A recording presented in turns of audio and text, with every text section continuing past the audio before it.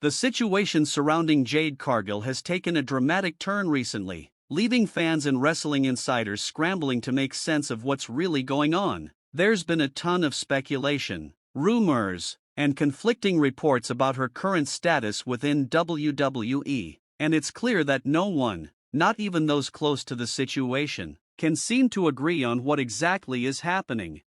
Jade Cargill's WWE journey has already been filled with significant buzz, from her remarkable debut in the company to her rapid rise within the women's division. She has become one of the most talked about figures in professional wrestling. But lately, things have taken a mysterious turn. The speculation surrounding her status began when WWE aired an angle on SmackDown involving a mystery attacker who ambushed Jade in a parking lot. The scene saw her being laid out on top of a car, an incident that was billed as part of an injury storyline. At first, wrestling fans, analysts, and reporters, including Dave Meltzer, speculated that this was WWE's way of writing Jade off television for an extended period. Meltzer himself suggested that Jade would be out for several months, possibly 3 or more, due to what appeared to be a legitimate injury. This report gave fans a sense of clarity, or at least, they thought they had it. However, as with much of the wrestling world, nothing is ever as simple as it seems. Reports quickly began to contradict each other, and what appeared to be a straightforward injury angle turned into something much more complex. According to a report from Russell Votes, there was an internal conversation within WWE about possibly putting Jade Cargill and Bianca Belair together for a run with the women's tag team titles. This added even more fuel to the fire, sparking even more speculation about Jade's future with the company.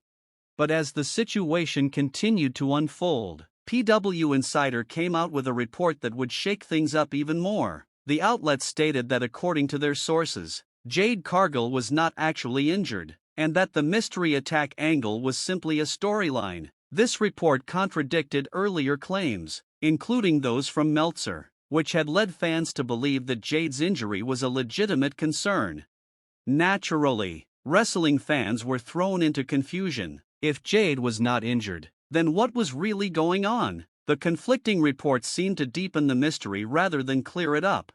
If you've been following this drama, you've probably heard the various takes. Dave Meltzer, who initially reported that Jade was likely going to be out of action due to an injury, was contradicted by PW Insider. However, Russell Votes came back with a statement that suggested WWE may still be planning to use the injury storyline as a cover for something else, possibly related to a backstage issue or political situation. This angle of a backstage issue seemed to gain traction when it was reported that some people within WWE believed the injury was fabricated to hide something else going on behind the scenes.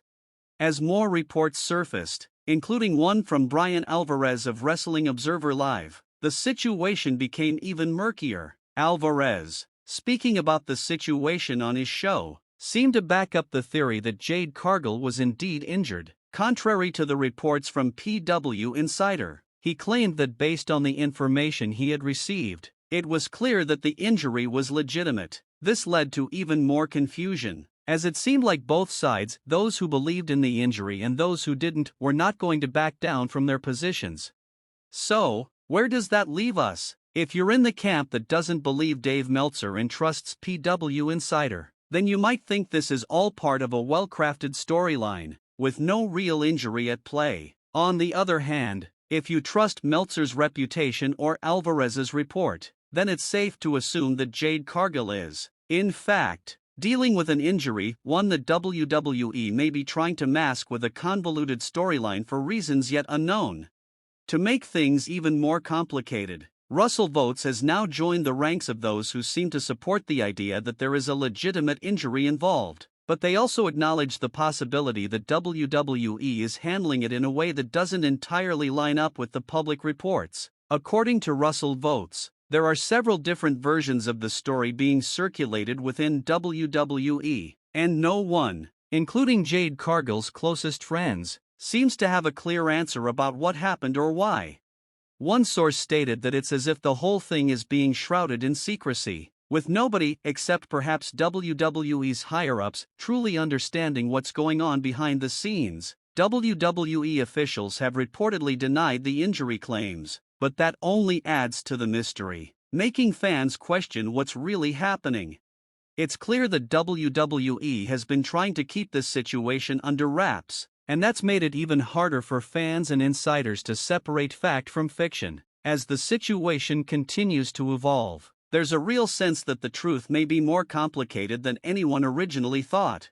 What's particularly frustrating for fans is the lack of concrete information. For the most part, wrestling fans have come to expect a certain level of transparency, especially when it comes to major stars like Jade Cargill. So, when reports keep contradicting each other, it leads to even more speculation, rumors, and questions.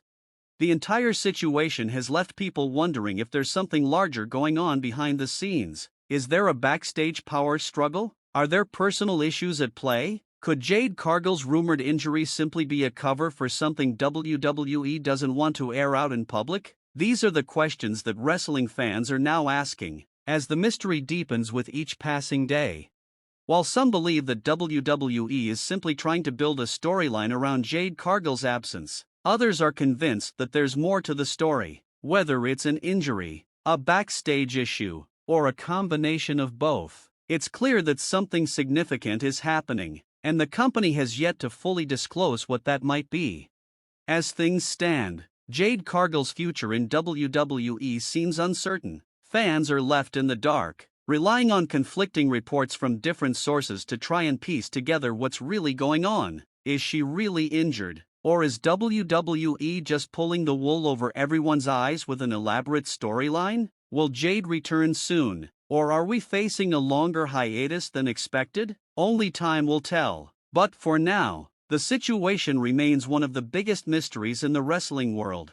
What's undeniable, however, is that Jade Cargill's status has become one of the hottest topics in WWE right now. Whether it's the injury angle, the backstage drama, or the possibility of her team-up with Bianca Blair, fans are eagerly awaiting the next twist in this ongoing saga. Until then, we're left to speculate, analyze, and watch closely as the story continues to unfold. LA Knight has achieved success in his second stint with WWE that he had never achieved before, and the former WWE United States Champion attributes his return's overwhelming positive reception to simply keeping going. During his appearance on Jazzy's World TV, Knight discussed his comeback and his early years, including his participation in a Triple H training video that didn't quite prove to be his ticket to fame. "Did that help me in any way?" Knight inquired. "Probably not. As I was fired shortly after. To return home and make things happen, I had to travel around the world once more." Knight acknowledged the journey he took to return to WWE and expressed excitement for whatever lies ahead. Knight's tenure as the United States Champion ended at the Survivor Series with a defeat against Shinsuke Nakamura. He remarked, "It's crazy to be here now and just think about all that history and the crazy different side quests I've taken. Whether it was doing other TV shows or commercials or the fitness video, the possibilities are endless at this point." Knight denied ever truly envisioning an end to his wrestling career between leaving WWE in 2014 and returning in 2021. With the exception of one potential instance that was completely beyond his control, there was really never a moment that I ever felt like I was gonna call it quits. He said, "I was aware that a connection would be made. All that was said was to keep pushing forward. Only during the pandemic did I think I'm kind of stuck and I think this might be the end of the road for me." With everything, including wrestling, slowing down to a crawl, Knight thought that organizations were more interested in the future than in a seasoned veteran like himself. This uncertainty touched almost everyone in the globe during that time, and he wasn't sure he'd have another chance. He remembered thinking, "It's slowing down, man. Now that I'm older, people will be closely examining me, because they enjoy bringing in all these 20-year-olds. Do they really want to bring me in?" His physical size, which strangely put him in that fitness video all those years ago, turned out to be an advantage he had, even over wrestlers half his age. It was this physical attribute that gave him confidence again during such a difficult time. "I get companies looking at younger talent, because this is a physical game," Knight said. In addition, I'm in excellent physical condition. Most people probably can't touch the form I'm in. Refocused, he made the decision to try again in WWE, putting his best foot forward and getting back in touch with his old boss in the hopes of a better outcome. The only time I ever began to question whether this may actually happen was when everyone saw that age figure and the epidemic struck. After a while, I simply told myself to forget about it all. This is where we are now, and I'm going to play the overture again.